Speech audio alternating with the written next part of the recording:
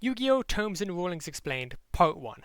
Hand traps. Hand traps are any effects that you can activate during your opponent's turn to interrupt them or make things just harder for them. Now, the first hand traps that really saw play were Honest and Karibo, cards that were battle oriented and were kind of just overall a nuisance, which is very different than they are now.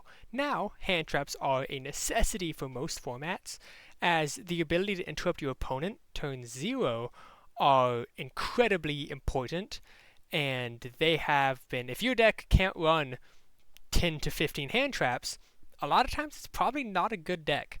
Now, hand traps are usually separated into certain categories based off of what they do. For example, we have the Ghost Sisters, which are a set of level 3 tuners, each for a specific attribute that negate or to hinder your opponent if they do certain things.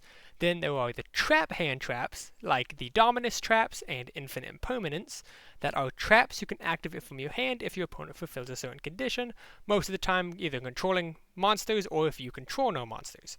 These all have variable effects, but otherwise are incredibly powerful, and they do lock you most of the time. Then there are the hand traps like the special summon hand traps, I like to call them, which are the Psy-Frame gears and like Rescue Ace Impulse that require you to run a Garnet in exchange for a very powerful effect. And these cards usually aren't seen as much, especially like the Rescue Ace Impulse and like the Psy-Frame gears, because they just having to run that Garnet is just difficult for a lot of decks to do. Then we have the Bestial type effects. These are obviously the main Bestials, Magnamut, Druisworm, Baldrake, Saronir. Then you have cards like DD Crow and Skullmeister, which are a lot older, but fulfill the same purpose of banishing an opponent from a monster from your opponent's graveyard at quick speed, or at quick effect speed. And then you have the lingering hand traps. These are the ones that people hate the most. You have Maxi, which is banned, Dimension Shifter, which is limited, and Jordan Lockbird, which is semi-limited. These cards are incredibly powerful and alter game plans completely. And then you also have the Mulch Armies, which are basically Maxi if it was more balanced.